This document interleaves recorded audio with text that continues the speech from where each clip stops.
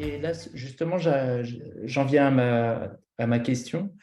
Euh, alors, pour autant, et puis ça avait été aussi abordé ce matin, hein, quelles sont justement les limites que vous allez poser dans la mise en œuvre voilà, des initiatives portées par vos structures? Alors, par exemple, ça peut être des limites d'ordre matériel, des limites d'ordre temporel, des limites d'ordre méthodologique, hein, ou bien dans les rôles, ou bien des limites d'ordre éthique, voire même on peut avoir des limites qui peuvent porter sur les types d'acteurs qui vont être inclus ou exclus des dispositifs. Et puis là, ça renvoie justement à un point qui avait été soulevé ce matin lors de la plénière. Alors, je vais commencer par Chloé. Je commence, ouais. C'est très bien. Mais du coup, je pense que donc une des limites premières qu'on se donne, c'est qu'on ne fait pas d'expérimentation à tout prix. Nous, l'idée, c'est pas d'aller dans les quartiers, pour récolter une parole et puis voir ce qui peut en être fait. Donc, l'idée, c'est d'aller dans des quartiers où on sent qu'il y a de toute façon un réseau associatif qui est preneur, qui a envie de s'emparer aussi de ce qui peut ressortir de ces espaces-là. Et donc, on va dans des quartiers où il y a une bonne réception du dispositif et où on peut le penser avec des acteurs qui sont sur ces territoires. Il y a une limite qu'on veut surtout pas se mettre, c'est une limite logistique. Pour nous, à partir du moment où on sent qu'il y a un quartier où ça fait sens de venir avec le dispositif Brico, on n'a pas envie que le fait qu'on n'ait pas un espace adapté, voilà, ou que ça s'y prête pas logistiquement, ce soit un frein. Et donc, pour ça, on a deux logisticiens qui sont vraiment super, qui sont hyper créatifs et qui font en sorte qu'à partir du moment où le dispositif fait sens, on puisse le réaliser. Et puis, il y a une limite qui est plus complexe et qui est constamment en questionnement chez nous, c'est le rôle des habitants quand même dans ce dispositif-là. Et que voilà, c'est une chose je lis en parallèle très rapidement un peu les commentaires, mais je vois que ça tourne là-dessus aussi. Effectivement, c'est une chose de pouvoir exprimer aussi son regard sur son quartier et sur la manière dont on l'expérimente. C'est une autre de porter les changements pour ce quartier-là. Nous, il y a l'envie de pouvoir en faire des processus collectifs, mais de ne pas mettre non plus un poids sur les épaules des habitants qui vivent souvent dans ces quartiers-là déjà énormément de difficultés du système, qui ne se retrouvent pas en plus à devoir porter ce que le système devrait changer, et donc ne pas prendre le rôle non plus du politique. Et donc c'est toutes ces questions-là, du rôle éthique des habitants là-dedans, de pouvoir à la fois leur donner pleinement un rôle qui soit mobilisateur dans des quartiers où souvent, en fait, on leur offre pas beaucoup d'espace. Mais en même temps sans les responsabiliser pour autant de leurs conditions et des milieux dans lesquels ils se trouvent. Et donc ça joue autour de différentes choses, mais en tout cas, on essaie de garder la dimension conviviale dans les moments où on se retrouve après, d'en faire des moments qui soient agréables. C'est toujours un processus qui est libre, c'est jamais un processus qui est forcé. On part autour de la rencontre aussi, et puis on va aussi dans des quartiers où on sait qu'il y a un associatif qui a pour projet de mettre en place des choses, qui a des moyens disponibles pour pouvoir porter des réparations, que ça ne repose pas uniquement sur nous, ni sur les épaules des habitants, et que donc des choses pourront être mises en place sans que ce soit la responsabilité des habitants avant tout. Et donc, enfin, voilà, ça en tout cas, c'est des pistes qu'on a, mais c'est un dispositif qui est assez jeune et donc on expérimente encore. C'est des questions qui sont en cours. On n'est pas du tout dans un dispositif à maturité là-dessus. Et c'est des questions sensibles qui sont pour nous super importantes. Très bien, merci. Laure Duclerc. Oui, j'y vais. Nous, les limites qu'on pourrait se mettre, alors les limites qui vont s'imposer à nous, déjà, elles vont être dans l'associatif peut-être humaines et matérielles, dans le sens où voilà, on est 3 salariés sur l'antenne, donc elles vont être humaines. Quand je dis matériel, c'est peut-être des lieux mis à disposition pour nos événements, des lieux mis à disposition pour les rencontres des coachs, des candidats, et des lieux dignes d'accueil. Après, les limites que nous, on se met, c'est de se dire qu'on agit vraiment autour de la notion du lien social. Moi, je suis sur la région lilloise, il y a énormément d'acteurs qui agissent auprès des personnes en situation de précarité.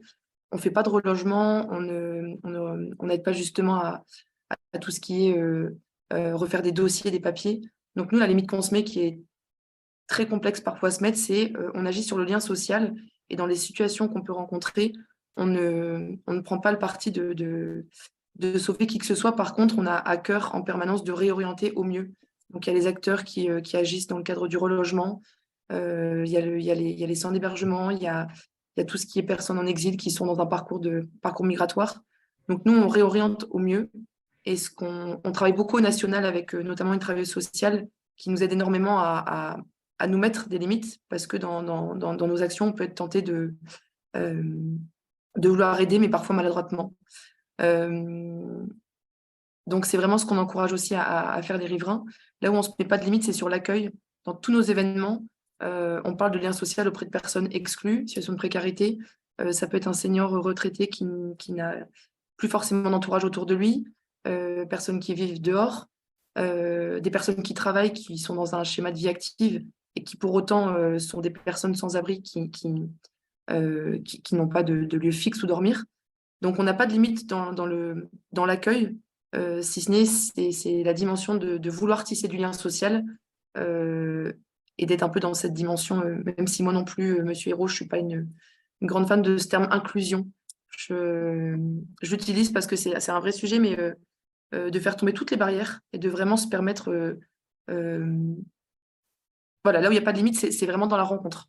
Après, niveau associatif, on va avoir des limites budgétaires parce qu'on aimerait toujours plus pouvoir se déployer sur d'autres territoires. Aujourd'hui, on agit essentiellement sur l'île et sa métropole. Et quand je dis métropole, c'est Roubaix dernièrement. Mais la limite, elle s'impose à nous parce que manque d'effectifs, manque de moyens. Voilà. Très bien. Les deux premiers témoignages, je crois, ils se rejoignent pas mal sur le fait que finalement, en fait, il y a un problème on va dire, d'attribution des rôles, quoi, entre ce que vous faites et puis ce que vous devez laisser à d'autres acteurs associatifs, quoi, et puis à la discrétion aussi des bénéficiaires, des habitants. Je vais laisser la parole à Monsieur Hérault aussi. Oui, merci. Alors, oui, du côté des limites, on va dire, internes, les limites qu'on se donne, on va dire que il y a d'abord des règles éthiques d'engagement, qui sont principalement autour de règles de non-domination, de faire attention à ne pas être dans la reproduction de formes de domination les uns vis-à-vis des autres. Et c'est pas simplement, disons, ça peut prendre des formes très différentes. Ça a pu conduire de manière très exceptionnelle, mais à demander lors d'espaces de forums, de colloques, demander à des personnes étant en position comment dire, d'injure ou de non-respect, de domination d'autres personnes présentes, de dire que elle rester dans l'espace de discussion, hein, donc une forme de pratique d'exclusion qui a été très réfléchie, très accompagnée, très reprise, mais pour dire que c'est mis au travail aussi très concrètement, qu'il y a des conflits, il y a des formes de médiation. On travaille beaucoup précisément sur la manière de prendre conscience et de produire au cas par cas de la limite et non pas se donner des principes a priori de limites à respecter. Après, bien sûr, les limites externes, et d'abord, on dépend des moyens, d'un équilibre entre des moyens budgétaires et des énergies d'engagement. Donc, je dirais que c'est trouver le bon équilibre pour pas aller trop vers, comme on dit, les risques psychosociaux, amener tout le monde à des formes de difficultés personnelles liées à des modalités d'engagement excessives ou pas assez gratifiées ou pas assez reconnues.